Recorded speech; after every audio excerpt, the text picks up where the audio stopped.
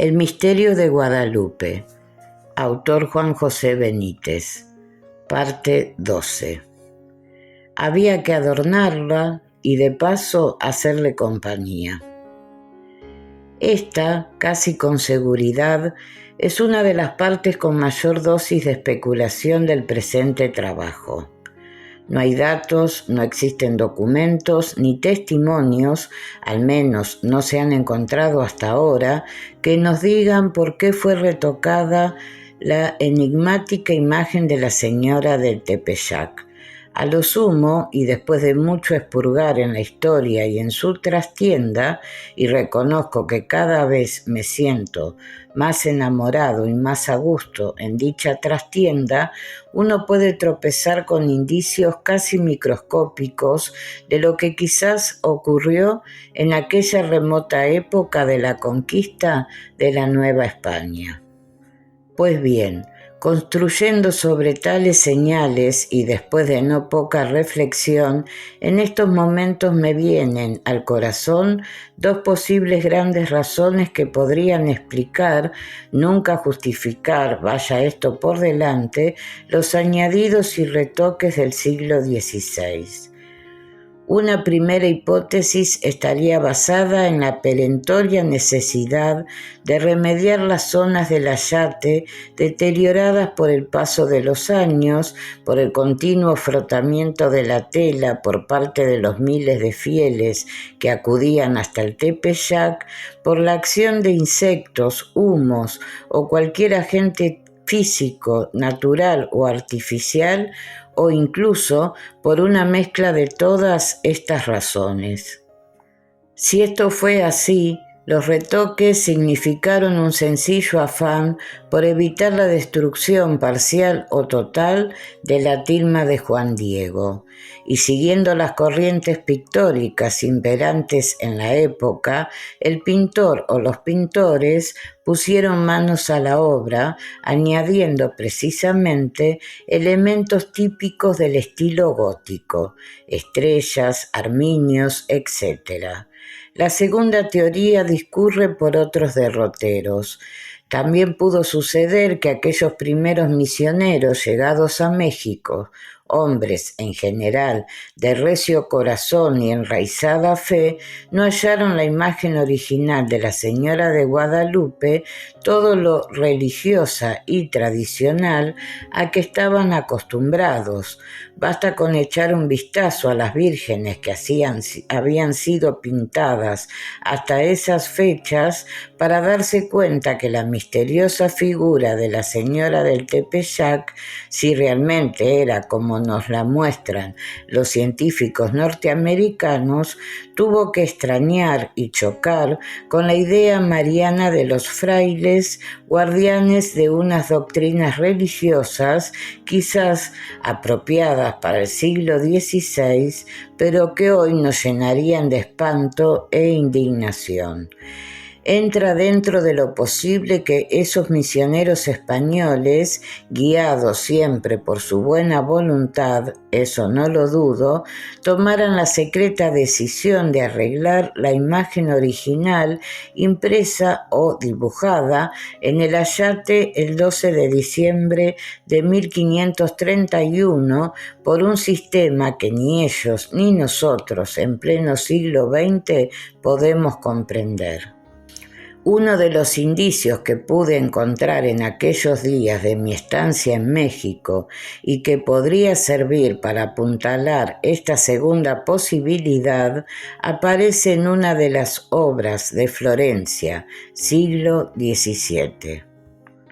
A principios del aparecimiento de la bendita imagen, cuenta el padre Florencia, pareció a la piedad de los que cuidaban de su culto y lucimientos que sería bien adornarla de querubines que alrededor de los rayos del sol le hiciesen compañía. Así se ejecutó, pero en breve tiempo se desfiguró de suerte todo lo sobrepuesto al pincel milagroso que por la deformidad que causaba la vista se vieron obligados a borrarlos. Esta es la causa de que algunas partes alrededor de la santa imagen parece que están saltados los colores. Contemplando la sencilla, casi transparente figura de la Virgen Niña que ha reconstruido la NASA, no es difícil imaginar los rostros y pensamientos de aquella iglesia tan limitada en sus interpretaciones de lo sobrenatural.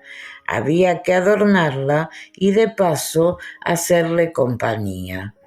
¿Cómo podía consentirse que la imagen milagrosa de la Virgen apareciera ante los ingenuos y ante los listos, que de todo había entre los naturales del recién desmoronado imperio mexicano, prácticamente desnuda y huérfana de todo aquello que constituía buena parte de la base y de la ortodoxia de la propia evangelización recientemente emprendida?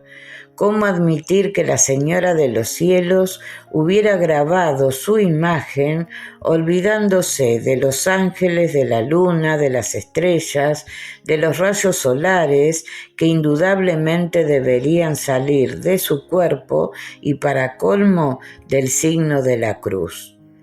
Esta y quizás otros parecidos pensamientos pudieron cruzar las mentes de la mayoría de los responsables de la Iglesia en la Nueva España. Las consecuencias son fáciles de adivinar y ahora están siendo descubiertas. El valioso documento gráfico, quizás el único autorretrato de María, fue adulterado. Al mismo tiempo que fue profundizando en esta segunda posibilidad, surgió en mí una nueva duda. ¿Consintió el primer obispo de México, Juan de Zumárraga, los retoques y añadidos en la tilma del indio Juan Diego? Durante muchas horas indagué, leí y pensé sobre aquel no menos discutido franciscano. Por supuesto, no he encontrado la respuesta. Sin embargo, algo me dice que Fray Juan de Zumárraga jamás hubiera aceptado la presencia de tales complementos en el capote que él mismo, según relata el Nican Mopowa, desató del cuello del mexicano, aunque más adelante me referiré a la vida de este ilustre vasco que jugó un papel primordial en el milagro de las rosas. Veamos a título de resumen lo que dice de él su principal biógrafo, Joaquín G. Icas Balseta.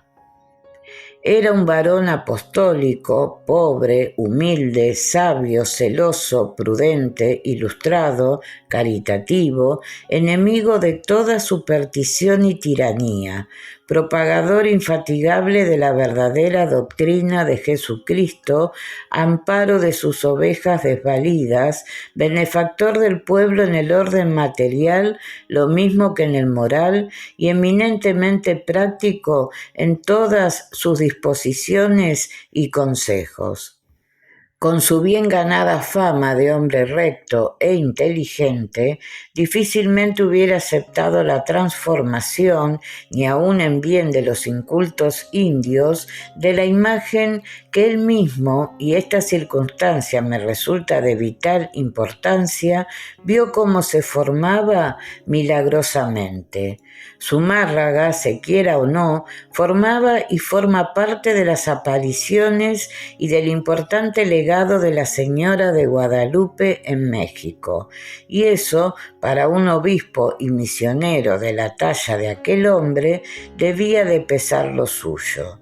Era suficiente, en fin, como para haber pulverizado a quienes hubieran insinuado siquiera el arreglo de la imagen original. Y aquí surge otro dato muy significativo.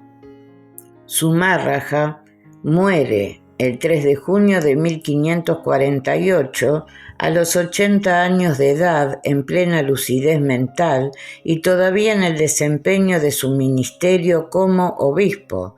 Si recordamos que el documento más antiguo que poseemos y en el que se hace una detallada descripción de la imagen, tal y como ahora la conocemos, es el famoso Nican, escrito probablemente entre los años 1545 y 1550, es muy posible que nos estemos aproximando a las fechas en que el ayate fue retocado. Una vez fallecido Zumárraga, en 1548, los partidarios de la culminación pictórica de la imagen del Tepeyac pudieron tener vía libre y hacer realidad sus propósitos. Son además los años en que, según los cronistas ya citados, despliega su actividad el célebre pintor indio Marcos. Todo parece coincidir. Si tuviera, en suma, que decidirme por una de las dos teorías, me apuntaría siempre con las reservas a que obliga toda elucubración a la segunda. Para mí, la imagen del Tepeyac fue retocada como consecuencia de una mentalidad tan corta como intransigente en asuntos del más allá.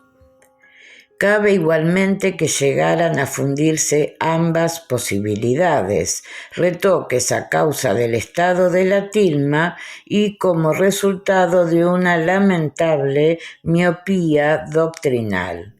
Sea como fuere, lo cierto es que la imagen original que, según todos los testimonios, quedó dibujada o impresa de forma no humana en el burdo tejido del ayate, no parece ser la que hoy conocemos y contemplamos en el altar mayor de la Basílica de México, Distrito Federal. Pocos años después del gran acontecimiento, la señora fue transformada con pintura, y otro tanto parece haber sucedido en el siglo XVII a raíz de la conocida y grave inundación de 1629.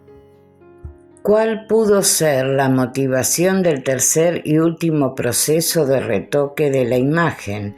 ¿Por qué se oscureció el rostro de la Virgen entre los años 1926 y 1929, tal y como hemos apreciado gracias a las fotografías de 1930? Aunque parezca mentira, en ocasiones, la oscuridad que rodea a las acciones de la Iglesia Católica no depende de los siglos. Aquella impenetrabilidad que sigue pesando sobre los responsables de la tilma de Juan Diego en el siglo XVI está presente también en pleno siglo XX. Todo se llevó en secreto y nadie, por tanto, puede aportar las razones finales y auténticas que motivaron semejantes hechos. Una vez más, y en relación a los retoques del siglo XX, solo podemos sospechar. Cuando la imagen fue removida de su lugar como consecuencia de las persecuciones y cierres de iglesias en México, pasó al doble fondo de un ropero en la casa de la familia Murguía, en la calle República del Salvador, en México. Así consta en diversas actas notariales. Cuando los ánimos se calmaron, la iglesia sustituyó la copia del pintor Aguirre, que había suplantado a la verdadera en el altar mayor de la vieja basílica, por el original. Fue entonces cuando se observó que los hilos del ayate se marcaban demasiado en el rostro. Esto hizo sospechar a los investigadores y expertos que el abad Feliciano Cortés, siempre de buena fe, claro, la había mandado retocar en ese tiempo en que la tilma original permanecía oculta. pero, como digo, la Iglesia ha preferido guardar silencio sobre tan enojoso asunto. Un silencio tan denso como el que cayó en aquel siglo XVI sobre el verdadero nombre de la señora que se apareció en el cerro del Tepeyac, porque ¿de verdad fue Guadalupe el nombre de la Virgen que se presentó ante Juan Diego? ¿Habló la señora en náhuatl, castellano o árabe? Guadalupe. Pero ¿cómo no me había dado cuenta mucho antes? En la densa soledad de la habitación de mi hotel caí en la cuenta de un hecho absurdo. Si la señora de Guadalupe se había dirigido al indio Juan Diego y a su tío Juan Bernardino en el idioma natal de ambos, el náhuatl, ¿qué pintaba aquella palabra árabe en mitad del relato? Porque Guadalupe es árabe. Revisé frenéticamente mis papeles y libros y en efecto todos coincidían. Según el Nicat Mopowá, el más antiguo testimonio escrito sobre las apariciones, la Virgen comunicó al anciano Juan Bernardino que su nombre era Guadalupe y así debía bautizarse el templo que se erigiera en su honor. Las dudas comenzaron a inquietarme. ¿Cómo podía ser que la señora hubiera roto su conversación, siempre en el difícil náhuatl, para colar un término que ni siquiera era castellano y que, en consecuencia, el nativo mexicano no habría comprendido? Aquello no tenía mucho sentido. Allí había gato encerrado. Así que en los días siguientes todos mis esfuerzos estuvieron al servicio del esclarecimiento de esta nueva duda. Resultaba más que sospechoso que aquella Virgen hubiera recibido el nombre de otra imagen, la famosa Señora de Guadalupe, Cáceres, justamente en los años que los conquistadores españoles, con el extremeño Cortés a la cabeza, sometían al imperio azteca. Una afilada duda me trajo en jaque durante días. ¿Y si todo hubiera sido un montaje a medias entre los misioneros y los conquistadores? No podía ser. Mi corazón me decía que aunque el suceso presenta aún aspectos dudosos y oscuros, debió de ocurrir en realidad. De no haber sido así, ¿cómo explicar los sensacionales hallazgos en los ojos de la imagen en los que estaba a punto de entrar? No, allí había algo más, y yo debía averiguarlo. La fascinante historia de la guadalupana española. Lo primero que me propuse fue conocer lo más exhaustivamente posible la historia de la otra Virgen de Guadalupe, la española. Como supongo que sucede con la mayoría de los españoles, excepción hecha de los extremeños, naturalmente, yo no tenía la menor idea de dónde, cómo y a quién se apareció la señora de Guadalupe de Cáceres.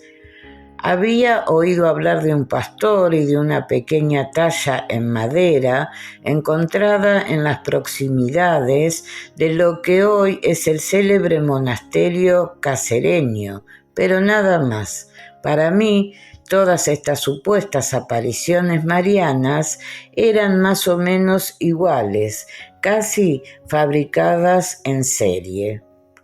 A mi regreso a España y en una detenida visita al monasterio, pude disponer de la leyenda tal y como la cuenta el viejo códice titulado Milagros de Nuestra Señora de Guadalupe desde el año de 1407 hasta 1497 y que figura en el archivo de Guadalupe. La historia de la señora de Guadalupe, la española, arranca en realidad de la ciudad de Roma. El códice dice así en síntesis.